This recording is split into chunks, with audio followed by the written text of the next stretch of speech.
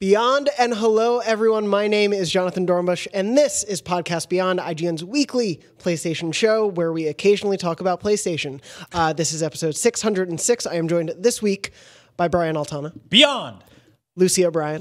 Beyond. And Max Scoville. Beyond. And before we begin, everyone, I just wanted to say, apropos of nothing whatsoever going on in the world, that I love working with all of you every day. You're all wonderful, amazing people to work with. Smart, funny, intelligent. I was not paid to say any of this. Are you leaving? What's the catch? No, I just wanted to start off the show on a note of positivity. So nice of you. Because We think you're awesome. Not enough positivity in the world. You guys are all great. You all do amazing work. I love doing the show with you when we can all find the time to be together. It feels like there hasn't been enough of that this year. Yeah, it's a lot of scattered travel time and stuff. It's been a bit of a crazy year. I'm hoping with less travel going on this fall, we can maybe do that more. But I'm quite looking forward to not being on a plane. Yeah. I just boarded a plane from New Zealand to San Francisco recently, and I thought I was going to, I think I had something, I don't know. I was either really anxious or I had a stomach bug or something was going on. I just felt really nauseous, and I was in the middle row of a middle row on a full flight, and I just thought, this is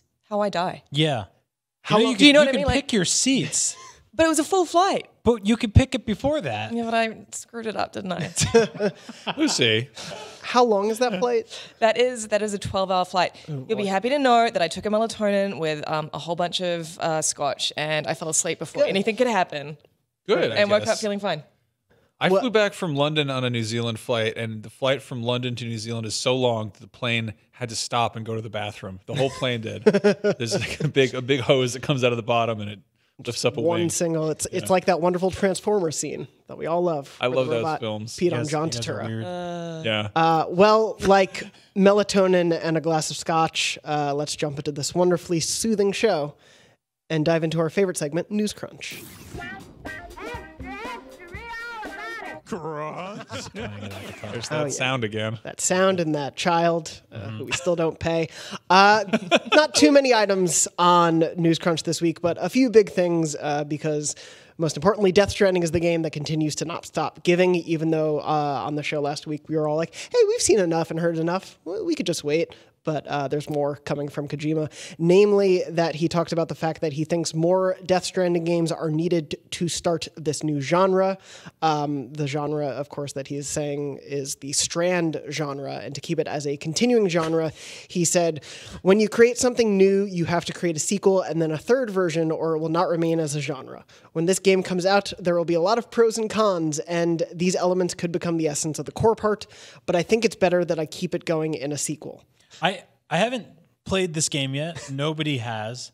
But it feels like it's like I kind of already feel like I've played the genres that this game is in.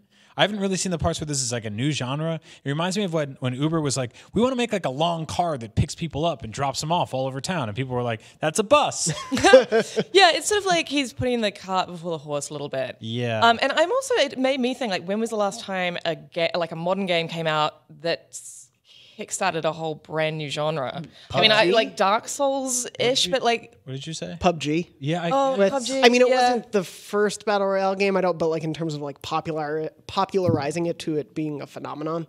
I think that's actually a good... There's like Telltale's Walking Dead, but that was sort of a crystallization of the adventure genre from decades before that. So, I mean, no idea is truly original. Obviously, we're going to always get some reformatted version of something that we've been leaning on for decades, especially with a medium as old as ours now.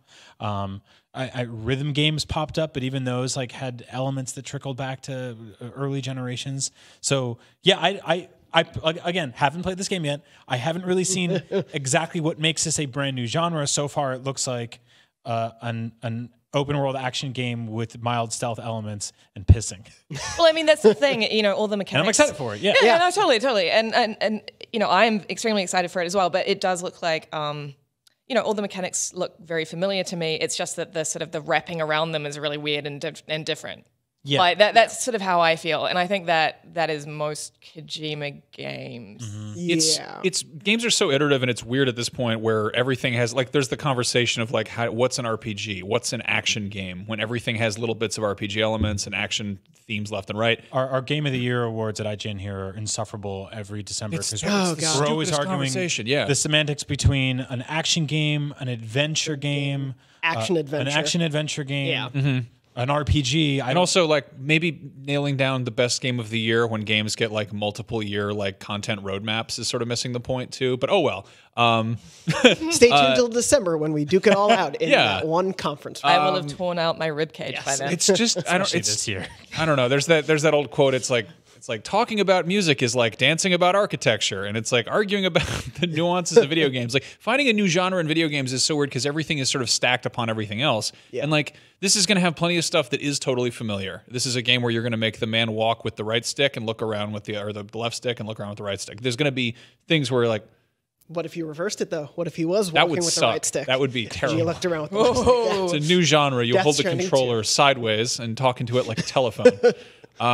No, I don't know. This game, I think that looking at it, the thing that he's trying to do, and I feel like there might be more stuff under the hood that we haven't seen with the sort of social side of it. But this basically looks like Kerbal Space Program with a man who's on the ground. You know, like you just load him up with a bunch of crap and you're like, don't fall over. Don't go in the river. And I'm into that. Don't look at his crotch. Kojima actually tweeted out day before yesterday, I think, the cover of the movie Sorcerer, which have I talked about this on the show before? You have not, I don't think. Okay, so this is like weirdly one of the most video gamey movies, and I think I have a hunch that it heavily inspired Grand Theft Auto 5, because it's about like 4 people who are basically they have to team up to drive this truck full of dynamite through the jungle. And it's this kind of thing where they're all sort of trying to get out of this. They're in like South America somewhere, and they're all trying to get out of this one town. And the only way out is like with this horrible like kind of death mission together. And it feels very much like the same way in GTA 5. It's like these sort of 3 oddball characters have to team up because they all have different needs they need met. Incidentally, the soundtrack is by Tangerine Dream. William Friedkin also did To Live and Die in L.A., which is also very heavily themed there. But the Sorcerer thing with Death Stranding is. There's this scene in that movie. It's on the cover of the movie, so it's not really like a spoiler. Basically, it's this beat to crap truck that's going across this like rickety old bridge, and it is this phenomenal scene. It's like pouring rain. They're going across this river, and it's this like terrifying rope bridge, and it's this old truck, and these dudes are trying to get this like shaky dynamite car across this bridge, and it's totally video gamey because it's this clear objective. Like it's not really like there's not really any good or evil in the movie. It's kind of like that's irrelevant. It's more like point A to point B, but there's a bunch of crap getting in between those 2 points. And I kind of love that Kojima's like you look at Death Stranding, you're like, there's nothing about like South America or trucks or like dynamite in this, but the sort of the core concept still seems to be there. Yeah, where it's like, what if the journey was the most interesting part? Right. And I'm really excited about that. I think I mean that's Sorcerer is a very strange movie. It's a remake of an old French film called The Wages of Fear, but like it oddly seems like it sort of has a place in games, like it occasionally we get those movies that are just very gamey, but oftentimes those kind of have come out since video games became a respected medium, whereas this is a film from like 1978 or something. Oh, interesting. Yeah. Anyway, Dynamite Truck, great film, A+. But yeah, no, I mean, Kojima is someone who wears his inspirations on his sleeve, so there being probably a direct parallel. If Sorcerer did influence it, I wouldn't be surprised if there's something in there that it very much calls out. But in terms of this strand genre thing, to me, what we've seen so far of the like asynchronous multiplayer, as a couple of you have mentioned, feels basically like Dark Souls. Like it feels like that methodology. So I do wonder how much more there is left to see from how that interacts with the game and what it will be like to play the game on day 1 versus day 100 when people have spent time through the whole experience. What do you think the whole... Because, this is I think it was IGN's very own Seth Macy tweeted out what the kind of initial response is going to be, followed by the response 100 days down the line. Yeah. It's sort of, is it going to be one of those games where people immediately go, it's a masterpiece, and get all carried away by how weird and different and interesting it is, and then there's going to be that inevitable, let's take another look at this. Actually, no, it's not a masterpiece. It's actually quite like crap. And then there'll be like another surge of, no, actually, you haters, because by that point, Death Stranding will be the pariah of video games. Sure. It actually is a masterwork, and it's just, that kind of conversation is going to go on. I can kind of see that happening. I was saying last week that I genuinely believe this is going to be an incredibly divisive game on day one. On day one. Like, right out the gate. And this is going to be with the audience, with critics, who, by the way, also is the audience. Like, we all play video games. There isn't this. Hate them. Yeah, exactly. I know we're on different sides of the Metacritic, but it's really, everyone is playing video games and talking about them. Some people write about them afterwards and some people don't. I mean, that's the only major difference, really. I think that people are going into this with massive expectations because of the pedigree of the figurehead behind it, and also the freedom of the last game and the scope of that, of Metal Gear Solid 5, mixed with the evolution of open world games that we've seen in our lives and the expectations of people coming in who are Horizon fans and are seeing it running on the specific engine. There's a lot of weight and a lot of baggage going into this. It's also the 3-year expectations, previews and trailers and all of that go into all of this. And I think invariably people are going to be surprised and people are going to be disappointed. So I think it's not as binary as people will like it and then they won't. I think on day one, there'll be a lot of heated arguments over this, and it's going to be awesome. Honestly, I'm really excited for that. Yeah, no, me too. Yeah. I think I think a lot of people are sick of Kojima. I think there's a lot of people who are like that whole sort of thing where he's an auteur and he's a mastermind. Like, I think there's plenty of people who are like, nah, I'm tired of that conversation. I want to switch that narrative up. And, Seth is demonstrating that. I think I also I got in an argument with Seth a million years ago about Metal Gear Solid 2, and he privately slacked me and was like, hey man, I actually replayed that and I retract my previous statements. It's actually a very good game. Told you. Seth's a good dude. He will admit No. Yeah. I think that it was just quite an accurate observation. Yeah, I totally think we'll see that cycle. I do agree with Brian, though. I do think there will actually be a split on day one. I totally do think there will be people, regardless of its quality, and I genuinely am excited to play it and assess it for myself. But I think there will be some people who see it as a masterpiece, some people who are beyond frustrated with it and think it's terrible day one. Has there ever been a Kojima game that you guys haven't liked? I don't like Zone of the Enders. I never got any of those games. I'm kind of whatever on that. I wasn't crazy about most of 4. I thought that was kind of a frustrating experience. 4's weird. Yeah, it is. It's a really I totally forgot about all the live action commercials that are in there. Yeah, I love thematically and as a concept, but as something that sort of intrudes repeatedly in the actual storytelling, I don't think that meshed as well as he wanted it to. I think the 4 is a technical masterpiece. It's an absolutely gorgeous looking game, but as far as it was an answer to a question that I think he meant to leave unanswered. I love the world building in that game. I love how in my head that's sort of like what was it? Terminator Salvation, the third one, fourth one. Yeah. With that's what that was sort of trying to do. Of what is his boots on the ground approach to fighting mechs feel like? And sneaking around. I really dug that. But I don't think there's I think your implications are really rock solid here, Lucy, that there isn't really a knock it out the park, everyone agrees on this Kojima game. And I think that's a good thing. I mean, outside of probably the first one. I think Snake Eater's pretty much widely considered the best one. Snake Eater? Snake Eater for sure. Yeah. I mean, that's the best, but there's still a bunch of people that are like, I didn't care for it, Yeah, I mean, but they're wrong. They're wrong. Yeah, that's possible. For me, I guess I sort of mean it in a more personal way. For me, every single Kojima-led game that I've played, I've really loved. Even 4, which I loved at the time, but sort of it didn't stick with me as the others did. I still loved it. Mm-hmm. So yeah, I'm still going into Death Stranding with trepidation and everything, but I expect to absolutely love it. And I've never played a Kojima game in full, so this will be my first, hopefully. This is cheating on the show, but Metal Gear Solid 2 and 3 HD just dropped on Game Pass. Get it together, Sony. Yeah. And so you can boot up your Xbox and play it there conveniently for, the monthly low cost, while it continues to remain ignored on PlayStation as a convenient and easy way to play it.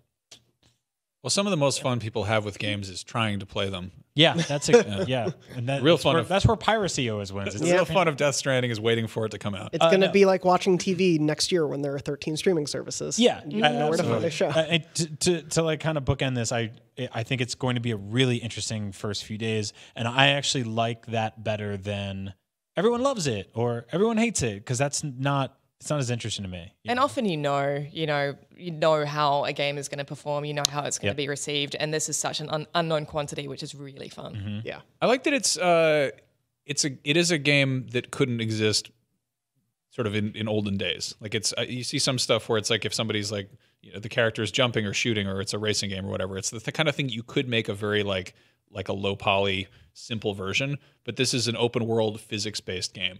And the idea that it's about like, oh, how do you traverse this? How do you have this character's balance? Like that's pretty like technologically advanced. Yeah. And I love that it's totally like when you carry groceries in from the car. I think I said that last week. Or like if you're helping somebody move. I've helped people move so many times, and there's always that thing where like I'm going to take as many boxes as I can without falling over. And it's kind of taking that and gamifying it, but then like putting it in a like trying to contextualize it in this completely bonkers like sci-fi but what if setting. you're also friends with the president? Yeah, I mean, I think some people are going to be fundamentally bad at it too.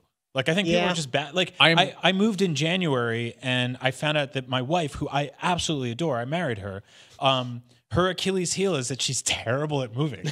Like she's just really bad at packing. Like she packed one box that was just like a record player and like 6 glasses, and I was like, "What was the plan here?" And it just exploded into smithereens in the back of my car. These things go together. Yeah, I was like, "I'll handle this." Like, God. But I also, when I moved to California, I mailed 6 boxes to myself from New Jersey, and one of them just had a coffee pot and socks.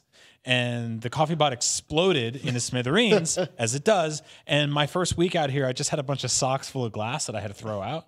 And so, like, I think some people are just bad at that. Yeah. And that's going to be really funny to see. I'm excited to be bad at this game. Yeah, me too. So that's one of my big secrets is I suck at stealth games. Like I'm very so bad at them. It's because you just get, because for me, it's because I get just frustrated. I'm just like, ugh. Well, yeah, I think it's the one He's to wait. 9 feet tall and wears party shirts. He's not good at hiding. Yeah, I'm not a very sneaky man. But I think I also like I overthink it, and a lot of that is in a weird way. Like I feel like more rudimentary stealth games are like there's a kind of rhythm element to it. Yeah. And I'm just crap at that. But what I've always liked about Metal Gear games is that they reward you for trying to sort of think around things. Like it's all this like sort of counterintuitive stuff and the weirdness and like the fact that it's like, oh, you can hang off the edge of the railing, but you're gonna lose your grip eventually. You can do pull-ups to increase your grip. I'm like, what a wild concept. Like stealth games got loose at some point. I remember playing the early Splinter Cells and they're like, ha, caught. And then you had your crappy little gun and you'd be like, fit. And it like a guy would be like, I have a machine gun. Firing like it's like got a silencer on it, so it's like you throw a can of soda at him, and you'd be like, sleeping darts. Exactly the sound. Yeah. And then eventually it was like sneaky. Oops! Ah! Yeah. And then just guns. No, I've totally played through Metal Gear games just completely loud and just quiet, like knowing like I'm doing this wrong. This isn't how you're supposed to do it. I'm stupid, but I just want to have fun with the game and see the story. One of my favorite sort of anecdotes was I went to Tokyo or Japan to see Ground Zeroes when it was about to come out, and this is the first time playing this game hands on. I was like losing my mind. I was so excited, and it was in this big kind of preview event room, and they pitched that as like, hey, it's Metal Gear in an open world. It's the first time you can just do whatever you want and go crazy. And I'm like, cool, that sounds great. The first thing I want to do is I want to screw around like a sandbox game. I want to do that kind of want to kick the tires a little bit. And so I jump in there and I'm like, all right, yeah, I'm gonna steal a truck, just drive around honking the horn and just being like a dummy, just running into fences and stuff. And I feel a hand on my shoulder, and I turn around, and it's Ken Imizumi, the game's producer, and he's like, "Have you played a Metal Gear game before?" And behind him, it's like Kojima and Yoji Shingawa, and like there are a bunch of other people, and they're just all like watching me, and I'm just like driving this stupid truck through this, GTA, just like honk honk, and just like the Americans are here. And I was like, oh no, I wanted to see what it was. Yeah, I was like, I wanted to see what it would do. I wanted to break it. You wanted to test it. Yeah. The cheeseburger football man is here. Yeah. I'm just like, I was so embarrassed, but I was just like, no, I want to see what like exactly how free this world is. And I want to go completely nuts. And he's like, okay, good. And then I was, managed to, that's a very short game. I managed to beat it during the preview event. So, but it's like, I don't know. I'm excited to do that in Death Stranding. Like, I want to put like 18 boxes on one side of Norman Reedus and like give him like a soda for the other hand and just have him like walking around all lopsided and falling down hills and stuff. It's gonna be great. I love the falling backwards like a donkey, overloaded donkey. Yeah. And he's just on the floor like a baby with his arms in the air, like an upside down turtle. Norman Reedus had no idea what he signed himself up for this game, and I kind of love it. Yeah. Yeah, I'm very excited knowing, especially that, like, as you mentioned a little bit before, Max, there are like 9 different like variables for Norman Reedus as you're going through the game. It's like the balance and his weight and his agility and all these things. So like the complexity of having to balance all those things and what happens if you try to tip the scale in certain ways. I'm excited to see what that lets happen, because obviously they've probably programmed for that. Yep. We will probably be talking about Death Stranding a lot more in the weeks and months to come. It is a little over a month and a half away, that crazy. game. So we will likely be playing it very shortly. God, I can't wait to play that Super game. excited. Any of you buying the baby? Oh, the special edition? Yeah. I don't want that in my house. Yeah.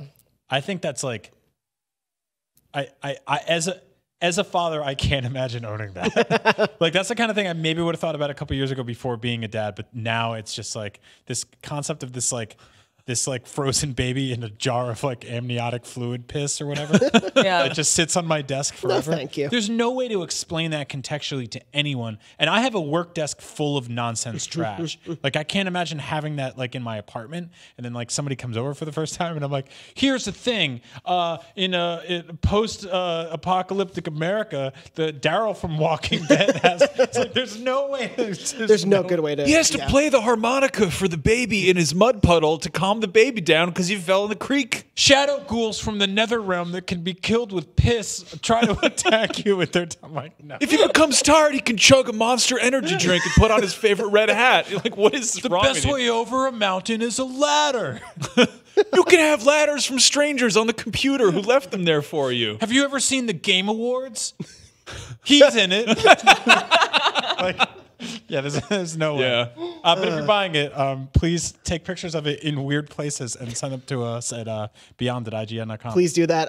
Thank you so much for listening to this episode. This has been amazing. We're going to keep moving on. If you want somewhere you can go buy the Death Stranding baby, maybe it's at a redesigned GameStop. Oh, yeah. Earlier this week, a video leaked, but not really leaked. We talked about this a lot in the office, so everyone who's getting mad at the headline, I'll explain it in a bit. But anyway, a video appeared on a GameStop Facebook page of a local regional GameStop, showing off what is supposedly one of the redesigned layouts for a GameStop store. They're going through their GameStop, I believe, reboot initiative. And the Facebook page for a store in Pryor, Oklahoma, posted a video tour of the new layout.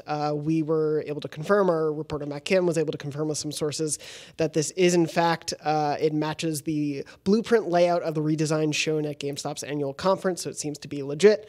The video itself, it's sort of a shaky vertical Facebook camera video, so it's not the most high def, but what it shows is basically what these stores will look like going forward, and that includes ditching the glossy black and white aesthetic of current GameStop locations, as Matt wrote in our story. Instead, the store now sports a more muted gray color aesthetic with faux wood paneling. The store is also sleeker and more streamlined with cleaner rows of games, as well as a small table for video game apparel and figures. There's also a wall-mounted tablet in the store that customers can order from, as well as a sofa and HD TV located in the middle of the store. Then in the back of the store, there's a new space with CRT TVs and tables, apparently used for tabletop games, and that would align with the store's previously stated goals that they're looking to make GameStops more like event spaces. They've also pledged to remove all of the dead animals. Good. Yeah. There were hundreds of dead birds in every GameStop, and they've finally gotten rid of them. But that'll be at 2021. I'm not super familiar with GameStop. I've been into a few in my lifetime. But like EB Games, which is their sister stores in We used to have Australia and New Zealand. I mean, basically half of those stores nowadays are just Funko Pops. Yeah. Is that that's the what same with GameStops GameStop? are. Yeah. Well, they're a lot more than Right. they used to be. Yeah. All right. Well, let me pop through this real quick. Okay. So when you hear GameStop, you probably have a gut reaction, which is like, screw them. They, as a gamer who buys video games at retail, they have wronged me at some point. And you're right. They did. They did that to all of us. At some point, they sold us a used game as new. They were laminating stuff in the back. They gave you 14 cents for a game you bought yesterday that's brand new. They sold you a game guarantee, which is under law. Yeah. So to get that all out of the way, yes, they've definitely had shady business practices over the years. That said, they are closing hundreds of stores nationwide, including, which is I think like something they sort of tucked away in this kind of soft news that was like, hey, we're putting couches in our stores now. We're making them a place where you want to spend time and not just leave immediately. They're closing the one on Market Street here in San Francisco, which is their flagship video game store. This is a major city in America, and we now have one video game store in the entire city, and that's GameStop in the Mission, which is incredibly tiny. That one's still open? Yeah. Yeah. What the I hell? walk past it often and I'm like, this is so out of place. And so the reason I'm sad about this sort of, march to death that this store and many other retail chains across the country and the world are heading towards right now specifically is because I think that it's a good thing as somebody who celebrates video games every single second of every single day to have a physical retail space dedicated to displaying them, showing them off, and selling them. I think that's a really cool thing to have. I was in a GameStop the other day pre-ordering the Nintendo Switch Lite because I didn't want to deal with like Amazon maybe being a day late. I wanted to bring it in on Friday and start making content on it and start playing with it, hanging out. And a guy walked into the store and he was looking to buy a Switch and he was like, what kind of shooters do they have on there? And the guy behind the counter was like, they have Doom. And I was like, and both Wolfensteins. And he was like, oh yeah, and both Wolfensteins. And he's like, oh man, they got Wolfenstein? Yeah, cool. Yeah, I'm going to buy a Switch and both of the Wolfensteins. And it was like, that doesn't really happen without a store. Maybe it happens on a subreddit. Maybe it happens on Amazon. Also, if you're going to work a soul-sucking retail job, which I worked several of back in the day, from grocery stores to Staples, the awful place that sells like office furniture and pens And rubber bands. A miserable place. Like I hated that job to the point so much that I would wear my Staples shirt to work because that's what you have to do at a job. And people would come in and be like, can I have your help? And I'd be like, I don't work here. And they'd be like, why are you wearing that shirt? And I'd be like, I think it's a cool shirt. That's how much I hated that job. So working retail sucks. Many of you listening work retail. It's horrible. I think if you're going to work retail and you can talk to people about Doom and Wolfenstein at your job, that rules. That's awesome. That said, these stores are so small in 2019. Most of them are tucked in the back of malls, which are, dying on a parallel level, that moving a bunch of stuff out to move a couch in and recreating the finishings inside to look bleak and gray and brutalist almost is not going to, it is like literally moving deck chairs around the Titanic or adding a couch so people can play Smash Brothers on that Titanic. Hey man, I don't know what you're talking about. I think wood paneling and CRT TVs are the way of the future. So I mean, upholstered furniture in public spaces. Okay, what could go wrong? My counter argument, but this is the thing. Like I don't think it's going to help, but I can see the rationale. And I say this, coming from, and I've mentioned this before. I don't want to bang the drum, but I'm going to bang the drum. The fact that my dad, my whole life has owned a record store, right? And part of that is because he's kind of, record stores are now more like destination places. Yes. Like they're less like you go there and like there's a cold transaction and you leave. And it's more like this is a place that you go to hang out. You feel comfortable there. You're surrounded by like-minded people. You can like chat and chill and listen to music for hours or whatever. And so I kind of, and vinyl has had a resurgence thanks to that in a similar vein that I guess retro video games, there's interest there. Yeah, board games. Vinyl outsold any other physical media of music for the first time in like 30 years. Or 20 years, just this year, Yeah, and so I can kind of understand the rationale of making these stores destination stores rather than I'm trying to compete with digital. Yeah. But I do think that you're right. Like, there's a difference between hearing something on vinyl for the first time in a store and playing a video game that is pretty much readily available on one system or the other on a CRT TV in the store. Sorry, I was just going to say, and I also think there's a difference. I agree with you. I totally get the rationale behind this and then making these stores like this. There's a couple local like board game shops in San Francisco that I go to pretty often, and we'll talk to the people behind the counter and know them pretty friendly. And it's building community, right? It builds community, but the thing about those stores is they are maybe at most of a chain of 3. Yeah, like the fact that this is part of a international, like global, and especially in the States focused, like very big corporation, I don't think they can sustain themselves on that sort of shop. Like I just don't think the reality. I think there's also that mentality of like wanting to support the local mom and pop shop. Yeah, and I mean, people have their grudges against GameStop. Yeah, and there is totally that. It depresses the hell out of me that there is this sort of death of like physical places to socialize and meet people. You know, like It's really sad. yeah, Yeah. I mean, I guess you have like libraries. You know, There's bars which Bars. are loud and obnoxious, and there's coffee shops which like are probably your best option. Libraries which are the opposite of bars, they're quiet. In San Francisco, we here where IGN is, we've seen like this dearth of dead restaurants and bars and establishments, and I think a lot of them are turning into delivery only places, and we are watching the decline of like actual brick and mortar places where people can go and spend time and hang out. Coffee shops remain strong. There's thousands of Blue Bottles and everything else in the city, a million Starbucks. But the idea of going to a place and hanging out is very difficult to do. And I travel a lot for fast travel. I go to a lot of retro stores. A lot of them have game rooms in the back that have like rows of CRTs and Smash Brothers. They host tournaments. Dudes come in and smoke weed. They have all types of fun, right? And then like what the store does is like they maybe charge a fee for a couple hours, or they sell drinks or snacks or something like that to sort of like maintain everything. I don't think that this global, national, whatever it is, giant chain can sell corn nuts and Dr. Peppers and have people play Smash Brothers on the couch for a few hours and sustain their business model. no, it's kind of too little, too late. Well, this is all. I mean, regardless of how you feel about them as a business and a practice, their entire operation is existing in tandem with the death of physical media for our entire industry and medium. And so, what happens there?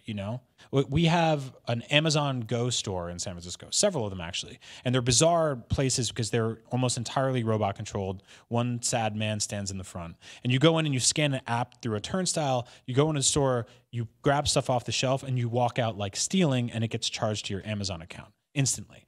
What that store also does is it pings you the second you leave, and it goes, "Congrats, you spent 2 minutes and 40 seconds in our store." And nobody in history has ever spent more than 4 minutes in there because you'd kill yourself. And so you have a massive global company that is making brick and mortar stores that don't have people working in them, that challenge you to leave them as fast as possible. And then you have this other store that it's like, how do we get you to sit on the couch and stay for a long time? And these stores are in the back of malls, and they're 8 by 10. They're incredibly tiny. And then there's the mall conversation entirely. Yeah, exactly. And so I think that like the Think Geek thing didn't work out as a place where you could buy Zelda socks and Funko Pops and Fallout oven mitts and stuff. That didn't work. That company folded and just became part of GameStop. And now we're going to see this happen all over again. And these guys basically have to sustain themselves for the next year until the next gen consoles are out. And they have to hope that that's their Hail Mary. But this is just going to keep popping up. Yeah. And it's going to be sad to watch.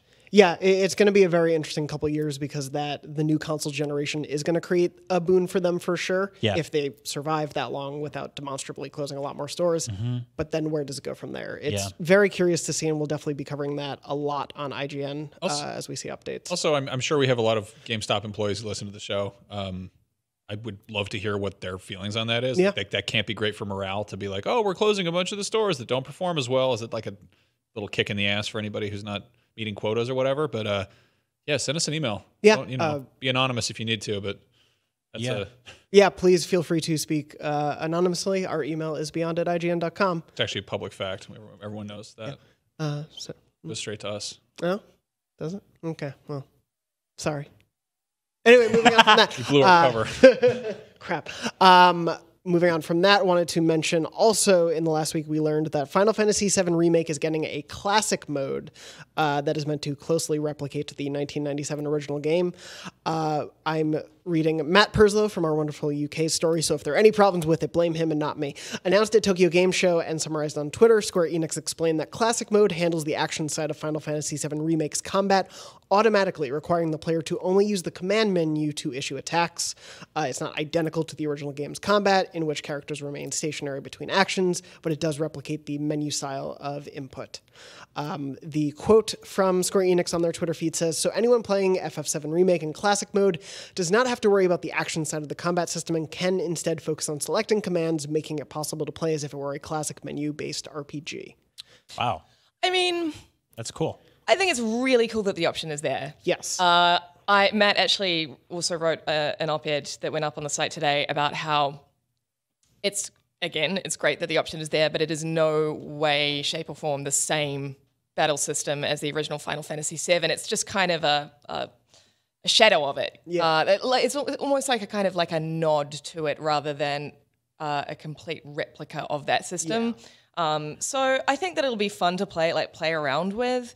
But ultimately, I think for me, I don't know how you guys feel. From what I've seen of Final Fantasy Remake's battle system, I love it. I think it looks great. I think it looks like the kind of update that I wanted. Yeah. Where it still kind of feels like I am being very selective and I'm making choices that are going to affect, the next couple of moves. But at the same time, it's very frenetic and exciting, and there's a sense of stakes in it that I really like the new battle system. I like the complexity they've been showing of it. For me, what this system means more than anything is not, hey, this plays like an old RPG. This is like, hey, if this combat seems too complex for you, but this really beautiful looking game you might be interested in, or you love the old game but haven't played an RPG since, this will make it a little more accessible for you. Yeah, totally. And I'm all also for any kind of accessibility, like updates to games. So I think it's great. I think it's wonderful. I honestly like the turn-based side of JRPGs has always been the least appealing part of those to me. I know some people really love like that whole process, but like you don't like just standing still and going. Enemies attack you and you're just helpless. Playing is good, but waiting is so much sweeter. I did that in our lunchroom today. I brought my lunch in, and like there were 3 people using the microwave, so I just was like dun dun dun dun. Just waited. That was me. Sorry. It's okay. No, it's cool they added that though. Yeah. Do they have a mode where it makes the camera angles sort of wonky and all the red backgrounds pre-rendered and you have to jump back and forth between ladders and climb them manually? I firmly believe they could put that in there if they want to. I hope they do low poly models. That would be really fun. The Yakuza 7 guys should read the story and do the opposite. I don't know, some people get scared. Sorry, getting many messages from all the other people we're working with. Moving on. Yeah, I know. Yeah. It's wonderful. Any breaking news? No breaking news. Just double checking things. Moving on from that, though, did want to mention briefly, this came up earlier today. We don't have impressions from the beta because I was going to have Mark Medina on, but he is very busy. Call of Duty, Activision, and Infinity Ward announced the crossplay details of how that will work. They have already said crossplay will be coming to Call of Duty Modern Warfare, but they didn't really explain how. And essentially, people across PS4, Xbox One, and PC will be able to play together. You can opt in or opt out as you choose, but they will essentially be putting people into control scheme-based categories. So if everyone is playing on a controller, people can opt into just be matched with people who are playing on controller. Similarly, since consoles can use keyboard and mouse in some ways, you can play on a console with keyboard and mouse against people on PC with keyboard and mouse. You can opt to say, I don't care about which system you're using. So they're allowing quite a bit of flexibility for people who want to be able to play crossplay, which is always nice to see given there are not a ton of crossplay games on PS4. But it'd be kind of crazy if Call of Duty was not one of them. Also, just briefly wanted to mention, Nioh 2 is getting an open beta from November 1st to November 10th. That'll be available on the PlayStation Store. Not too much else about what that beta will include, but Nioh 2 was announced at E3 2018. And then other than, I think maybe there was like a closed beta or alpha recently, we haven't really heard much from that game. I keep forgetting about this one. I think it's going to come out of nowhere and really surprise people. Yeah, I know. The first one was awesome. Chloe Rad, who used to be on our staff, was a huge fan of that game, and I think she gave it a 9. So yeah. Did you guys play it and love it? Yeah. I'm too bad. Played at it those and games. absolutely loved it. I'm a fan of the From games, and everything is compared to Dark Souls, blah blah. But I couldn't get into it. I know that I'm not really adding much to the conversation there, but I'm wondering why. I remember I was playing as a little nude dude. I was in a jail. Am I thinking? I'm thinking the right game, right? Was he nude in the beginning? The little nude dude in the jail. The right game? He's in a dungeon at the beginning. That's a Tom Petty song. I don't know. I think didn't play Nioh, so I played the first 2 hours, but I can't remember. I've played the first 2 hours of what I thought was Nier. Nier or Nioh? Am I thinking of Nier? This is a very common thing. This is Samurai Witcher. With people of your voice, because you make those games. Alana used to do the exact same thing. Nier. Yeah. Yeah. She'd be like, Nier. Yep. And I'd be like, I don't know which one you're talking about. Which one? Okay, then which one was the mix? Like, was that I think what you're doing with your Max? hands is Nier. Nier? Yeah. Yeah, like Yeah. crazy. No, so then I'm thinking of Neo. Near. Nioh. I'm thinking Nier. Nier.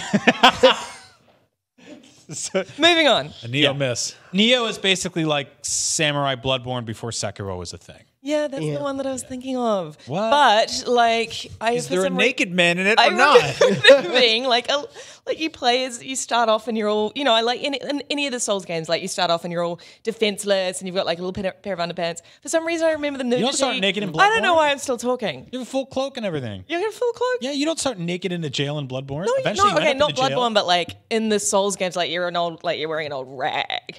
Yeah, I mean, it's not. Why did the rag How'd you turn have into? vocal fry? How'd you turn into a Halloween ghoul? You're wearing. I just love watching you when you're just completely just scrambling, like you're just like grasping at words straws. is Yeah. coming out of my mouth and I'm watching it happen in real time. You sounded like Emperor Palpatine. You're wearing a rag. Your faith in your friends is yours. You pitiful little band. Thank you all so much for joining us on this episode. Now, before we wrap up, we are a little strapped for time, so we'll move on from this that I have down on the run of show for next week. Moving on from that, I did want to briefly mention, if not, well, I'll just move on from it, what everyone's been playing. Lucy, I know you've been traveling, so you haven't had too much. I have not been playing anything because I've been traveling, but like Bad gamer. I know, but this weekend I'm getting into Control. That's my Very nice. That's my goal. Mm-hmm.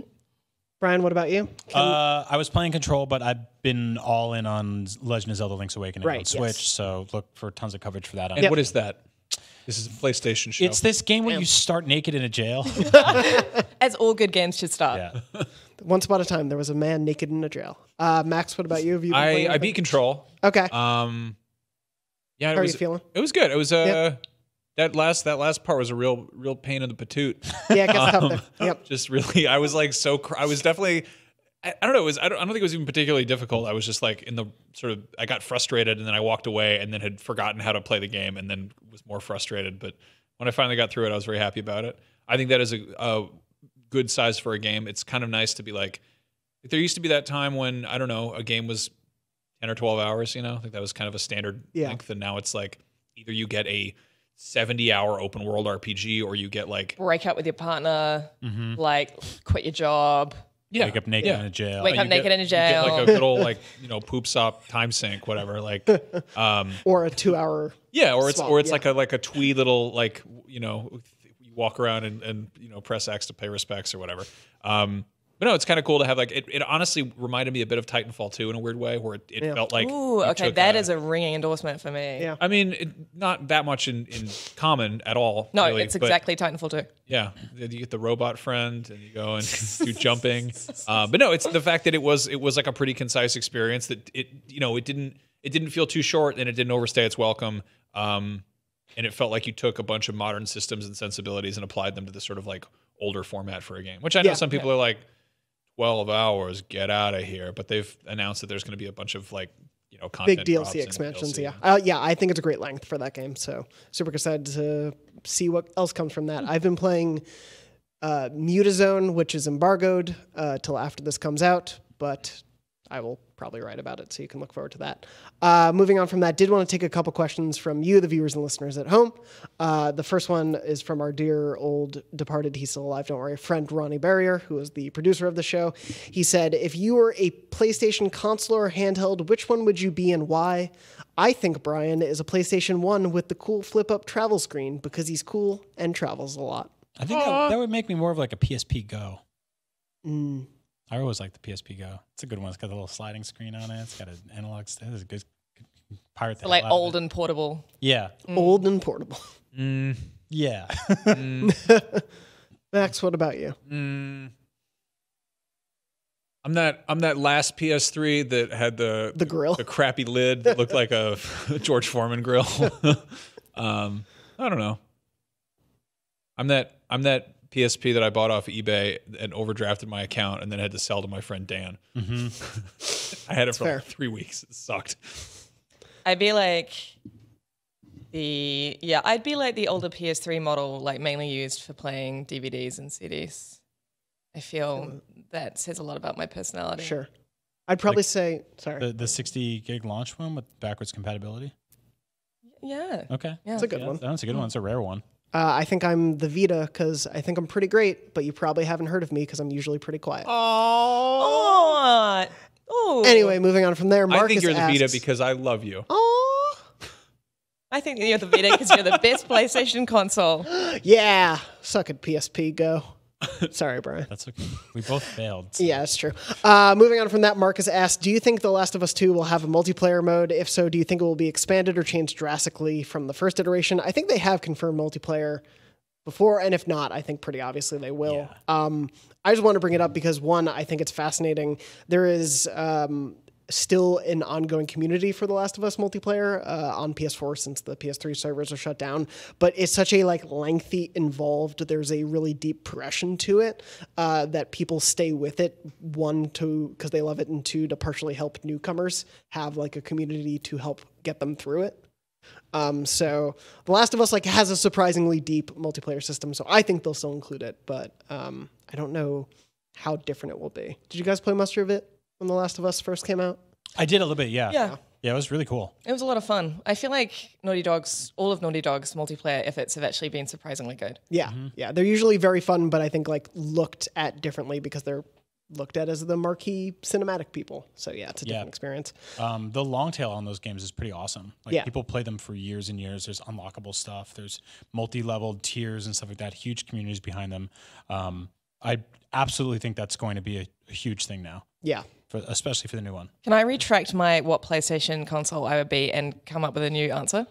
Yes. Because I just spent that whole time thinking about it. I wasn't even really properly listening to you. Clearly written that that's against the rules, Lucy. Okay. I would be a PlayStation 1, a classic. Why did it take you 7 minutes for that? Look, I'm still jet lagged. But you'd be the PlayStation 1, not the PlayStation Every Classic, right? PlayStation is a classic. Oh, yeah, no. Except I for would be PSP. the You original. wouldn't be the mini PlayStation Classic. Just Podcast Beyond, I would like to propose a new rule where Lucy cannot answer a question with a joke that bad that we've already moved on to. I would like to Top. propose to push against that rule. Before you came back, I thought you'd be like the PlayStation Boomerang controller where we saw you years ago, but we never thought we'd ever see you again. And moving on from that, I wanted to jump into, we have a few great memory card stories. So let's read some wonderful memory cards. For those who don't know, and for those who do, Memory Card is our weekly segment where you, the viewers and listeners at home, tell us your funny, sad, happy, wonderful, weird, whatever stories about your gaming life. We got a bunch of amazing ones in. Going to read 2 today, so if you've written in, still intend to totally read so many of these stories. They're all so great, just sometimes pressed for time. I wanted to read a story from Yair, friend of the show and wonderful human being. Yair wrote in and said, long-time listener, first-time memory carding. I love this segment as it shows the gaming has such a positive effect on so many lives, and while it might not be up to par with other people's experiences, never say that. All of your stories are wonderful. I figured I'd share my own origin stories. Growing up, I played mainly on PC. Nintendo wasn't officially present in Israel at the time, and the only glimpse on a PS1 occurred in hotels during vacations. Being the little kid of my family, my big brother and sister always ganged up on me. Fast forward a couple of years, and my 13th birthday was coming up. It being a big deal for a Jewish kid, my big brother and sister surprised me with a console on my own, along with Tekken 3 and Muppets Monster Adventure. Together at last. All of which they bought with their own money. We had spent hours trading controller back and forth, helping Robin the Frog demonster the cast of our favorite show and making awful impressions of Pepe and Beaker. In my eyes, that was a turning point in our relationship with each other. While we still fought as siblings often do, it was no longer them versus me, and I will forever be grateful to them for introducing me to PlayStation. Keeping a positive voice, Yair. That is wonderful. That's really good. Yair's an awesome dude. He's just been a huge Beyond fan for years, and thank you so much for being there, man. I love these stories. Yeah, you can write into beyond@ign.com with the subject line memory card with your story, and we will read some of those on the show each week. I know we're running a bit late on time. Do you guys have time for a trophy test? Yeah, let's do it. I did this trophy test thinking Mark Medina would be on the show. So these trophies are from Call of Duty Black Ops 4. Oh, boy. We'll begin with this trophy test. As you may or may not know, each week I come up with fake titles for trophies and have the rest of the panel guess which are the real trophy titles. So I will give you the description and then the fake and real title in some random combination. I just want everyone to know that even games that I have played over and over and over and over and over again and got a whole bunch of trophies. I will never remember the names, ever. And that's why I love doing these. It's just not information that sticks in there. Lucy, you're like a chaotic good version of the person that grabs the microphone at a wedding. You listen, like the old None uncle. of you guys know the bride as much as I do. I know her the more than anybody else. Well, Lucy, even if you have not or have played Black Ops 4, you can probably still win, because the good thing is everyone's a winner in Trophy Test, but we'll begin with the first trophy. It's not true. Everyone they're is not not. a winner. You're not. I've lost. There's only Hey, one I'm winner. trying to be nice. Win 50 games in multiplayer. Vanquisher or Dominator? Dominator. Dominator. Vanquisher. Lucy is correct. Damn it. Vanquisher. See, you can lose. I just did it. Don't worry, we have several more to go. I didn't do the whole list, don't worry. Acquire 100% of the stars. What? Is that Centennial or Reach for the Stars? Centennial. I'm going to go with Centennial. Centennial. You are all correct. It is Centennial. All right. You have to collect the stars in that game? Yes. Like from the flag? Who knows? Yeah, all 100 of the stars on the old flag. 100%. 100% of 50. How many flags is it? There's one flag how many with 50 stars? stars, and you have to get 100%. How many flags are in the game? Each star is half of 1%. What? If you can't collect all the stars, can you at least reach Commander in multiplayer while playing online? Would that trophy be Battle Tested or Battle Hardened? Wait, what was it? Reach Commander in multiplayer while playing online. Battle hardened. Battle tested. tested. Max, I'm sorry, you were incorrect. It is Battle Tested. I'm starting to figure out your logic, Jonathan. Maybe you are. I always think that, and then he just throws all these curveballs, and then I'm wrong. Lucy, you're in the lead with 3. Brian, you have 2. Max, you have 1. Moving on. Earn 10 medals that are based on special issue equipment. Special issue master or special issue equipment? Which is the name of that trophy? Special issue equipment. That's what my gut says. Because it's the boring one. Because it's boring, and that means that you will. Okay, I'm going to go with special. Yeah, equipment. Equipment. You're all correct. Yeah. Yeah. Equipment, congratulations. Maybe I need to have someone else overthink do it. these. Unlock all intel. Private investigator or sleuth? Oh, okay. Private investigator.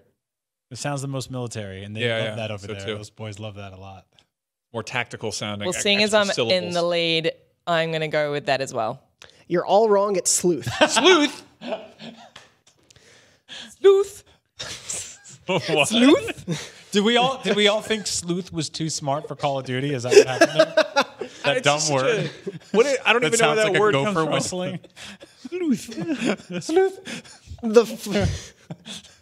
It's like the silenced pistol sound. Sleuth. Yeah. The final trophy. I'm Sam Fisher. The final trophy. Earn a star with each special. Is that Stargazer or Reach for the Stars? Oof. Oh man, I can't imagine them doing either of these. The first one sounds wussy and the other one sounds corny. They're both bad. I Yeah. don't know which one to pick. Earn a star with each special. Stargazer or Reach for the Stars? I'm going to go with Reach for the Stars. Stargazer. I'm going to go with Stargazer. The correct answer is Stargazer. I'm sorry, Max. That sounds like a horse's name. He's one of the specials. Call of Duty loves horses. Yeah. No, that's Battlefield. That's the one where they There's killed been a bunch horses of in Call of Duty. I've done several Never videos seen on them. that. I'm a journalist. I believe that.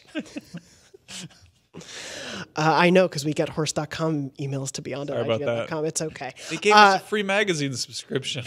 Side note, we started doing this thing with my kid where we ask her about animal names and what they say, and we got to horse, and we were like, "What does a horse say?" And she goes, "Nay, nay, nay, nay, nay, nay." And I was like, "That would be legit terrifying." You walked up to a horse and he was like, "Nay, nay, nay, nay, nay." You're like, put that animal down. It's horrible. Well, Lucy, congratulations on winning this Thank trophy you. test. Lucy, you got the gold trophy. Brian, you got the silver. And Max, you got the bronze. Congratulations to you all. Thank you all so much for playing you. along at home and for listening to this episode of Beyond, episode 606. We are live every Wednesday at 3 p.m. Pacific at beyond.ign.com, youtube.com/IGN Beyond, and your favorite podcast services around the world.